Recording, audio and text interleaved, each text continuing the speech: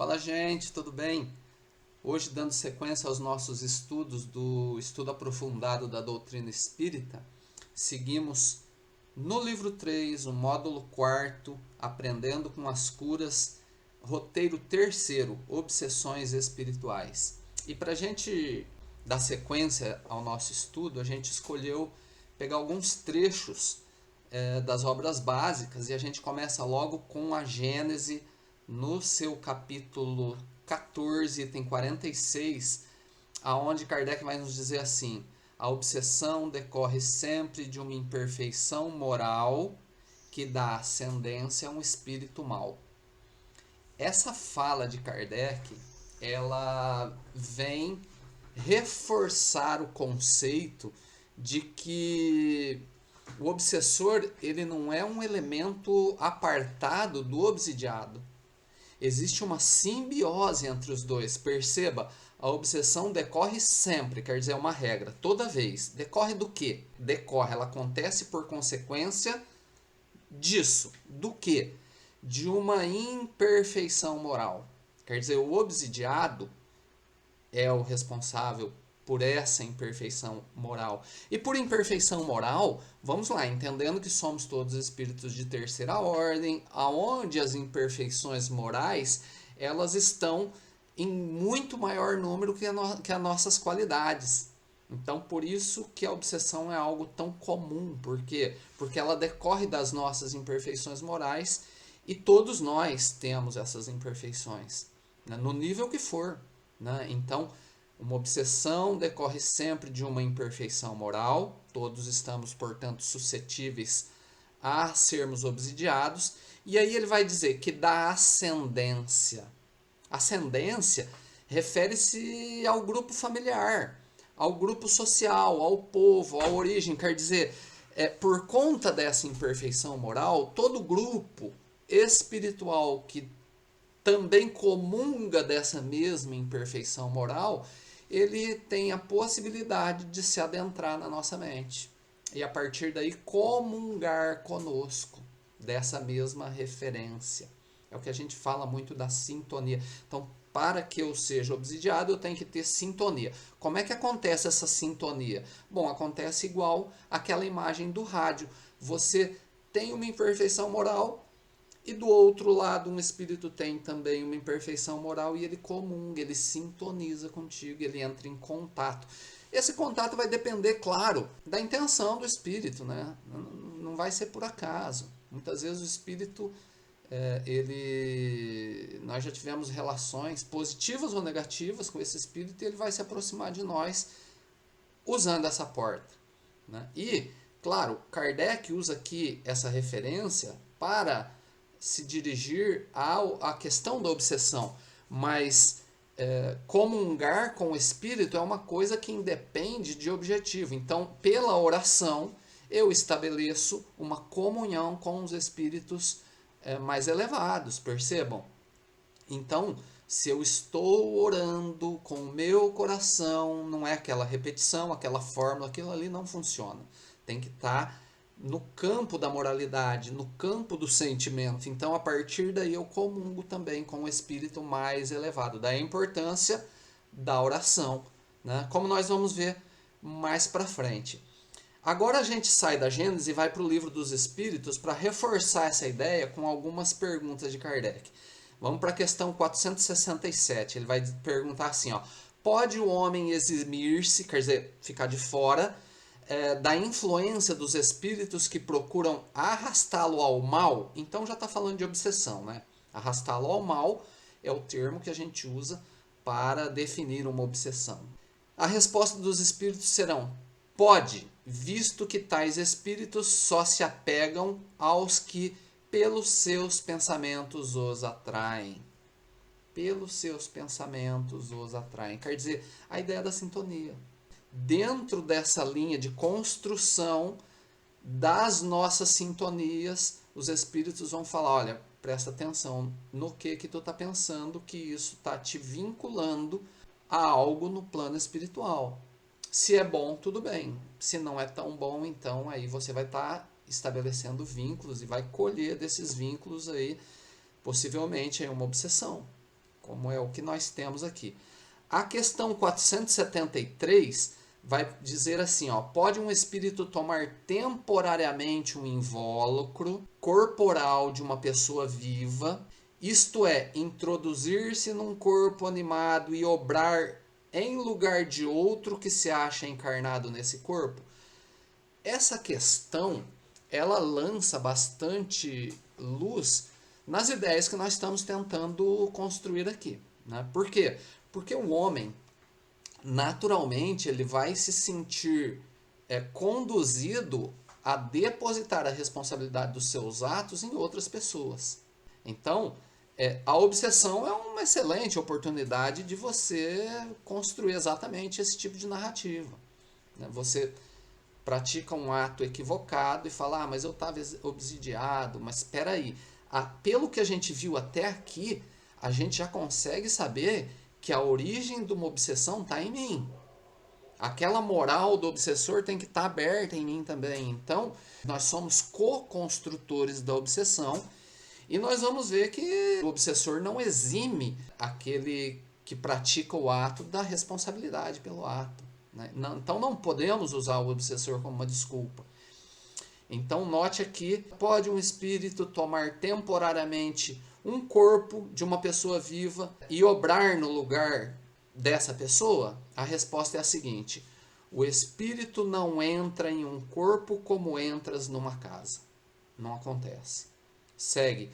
Identifica-se com o espírito encarnado, é a sintonia que a gente vem abordando aqui sempre, né? Identifica-se com o espírito encarnado, cujos defeitos e qualidades sejam os mesmos. Então, defeitos, no caso de uma obsessão, qualidades, um espírito mais elevado.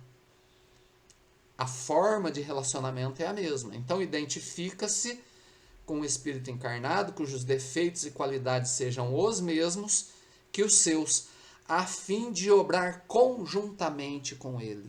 Conjuntamente. Então, esse espírito sugere, mas a atitude é nossa. E a gente concorda por quê? Porque o defeito e a qualidade é o mesmo. Então a gente já tem aquela tendência de seguir naquela direção e ele só vem, o espírito, esse obsessor vem, canta no nosso ouvido e aí a gente acaba concordando. Ou não, né? Aí cabe a nós. Os espíritos vão concluir dizendo assim, na questão 473 que a gente está trabalhando: mas o encarnado é sempre quem atua conforme quer sobre a matéria de que se acha revestido. Quer dizer, o obsessor nunca a toma e faz com que o obsidiado atue contrariamente à sua vontade. Então o obsessor não é uma desculpa. Ele vem e nos sugere.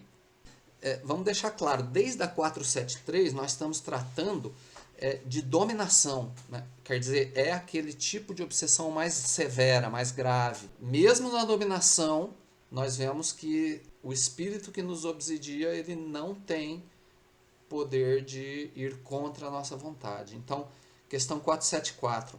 É preciso que saibas que essa dominação não se efetua nunca, então é regra isso, sem que aquele que a sofra o consinta.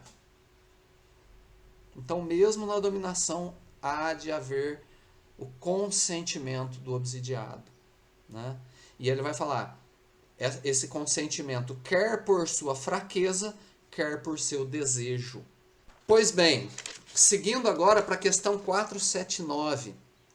Agora a gente vai trabalhar um pouquinho a ideia da cura da obsessão. E a resposta dos espíritos é mais ou menos assim: é, pois, indispensável que o obsidiado faça, por sua parte, o que se torne necessário para destruir em si mesmo a causa da atração dos maus espíritos. Então, como é que eu resolvo um caso de obsessão? Resolvendo a tendência que está dentro de mim. Que a partir daí, dessa solução, quebra-se a sintonia, porque não tem mais sintonia naquela área, né? Então, sempre o objetivo desse nosso estudo é sempre trazer para a gente a nossa responsabilidade, porque senão a gente fica sempre projetando para o outro, e isso não tem utilidade nenhuma no curso da nossa encarnação, né? Porque isso daí é simplesmente justificar o mal e apresentar uma desculpa para nós mesmos, geralmente, né, para a nossa conduta. Então, aqui está bem claro que não, é nossa conduta. E aí a gente escolheu o capítulo 143 do livro Caminho, Verdade e Vida, que vai nos apresentar um texto que se intitula Legião do Mal. Esse texto está baseado no Evangelho de Marcos, capítulo 5, versículo 9, que vai ser estudado por nós, né, dentro da apostila. E esse versículo diz assim: e perguntava-lhe, qual o teu nome? E ele lhe diz, Legião é meu nome, porque somos muitos. Bom, e vamos ao texto então. Emmanuel começa escrevendo assim: o mestre legou inolvidável lição aos discípulos nesta passagem dos evangelhos. Quer dizer, inesquecível. Dispensador do bem e da paz, aproxima-se Jesus do espírito perverso e o recebe em desesperação. Desesperação, profundo desânimo, incapacidade de ação. Segue Emmanuel dizendo assim: o Cristo não se impacienta e indaga carinhosamente de seu nome, respondendo-lhe o interpelado: chamo-me Legião, porque somos muitos. Os aprendizes que o seguiram não souberam interpretar a cena em toda a sua expressão simbólica. E aqui Emmanuel deixa claro que na cena havia uma expressão simbólica, ou seja, tinha um ensinamento ali, tinha um símbolo. E é isso que Emmanuel vai trabalhar aqui no texto do livro. Ele vai mostrar para a gente qual é o simbolismo que aquela cena vivida por Jesus e apresentada para nós no Evangelho tinha. Que símbolo é esse? Né? Segue Emmanuel dizendo assim: e até hoje pergunta-se pelo conteúdo da ocorrência com justificável estranheza. Sem saber muito por que desse trecho no Evangelho. Né? Emmanuel esclarece, já começa os esclarecimentos. É que o Senhor desejava transmitir imortal ensinamento aos companheiros de tarefa redentora. Imortal ensinamento. Onde estava esse ensinamento? Na própria cena. Você olha a cena e dali está o ensinamento. É um ensinamento não dito. Segue Emmanuel. À frente do espírito delinquente e perturbado, ele era apenas um. Ele quem? O Cristo era apenas um. O interlocutor, entretanto, denominava-se Legião.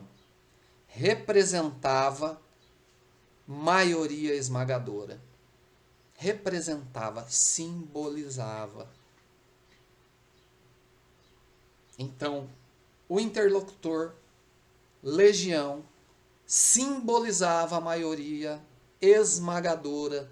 Que maioria é essa? A maioria esmagadora, a multidão, a legião. Olha só, multidão, legião, são palavras com significados muito próximos ali. Né? Podemos até considerá-las, de certa maneira, sinônimas. Então, são os significados delas, são muito semelhantes. E essa multidão, que muitas vezes se aproximava do Cristo, é o símbolo dessa busca pela saciedade. Da busca no Cristo, não pelo Cristo, pelos ideais, pelos valores, pela moral, mas para saciar um desejo terreno.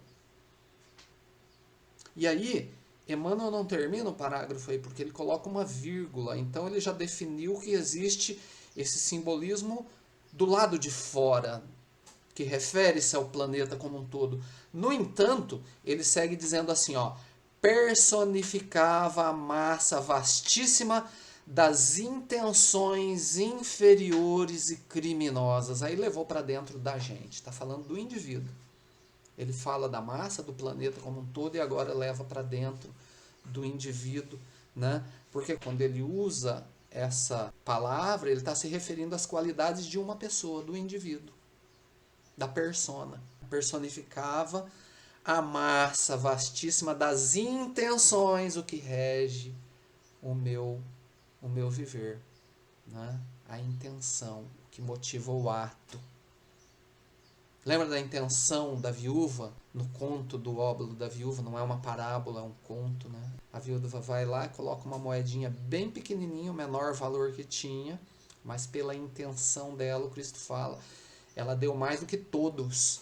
Do que todos, gente. Não é do que qualquer um tenha dado, não, do que todos os outros juntos. Aquela moedinha, pela intenção, tinha muito mais significado. E aqui ele usa a ideia das intenções inferiores, porque a intenção por si só ela não tem um significado, depende de qual seja, né?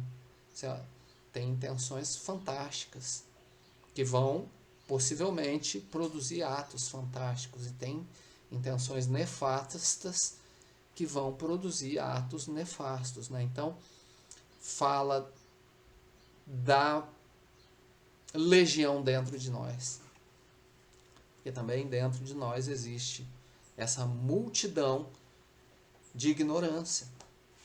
É a nossa qualidade natural, criados simples e ignorantes.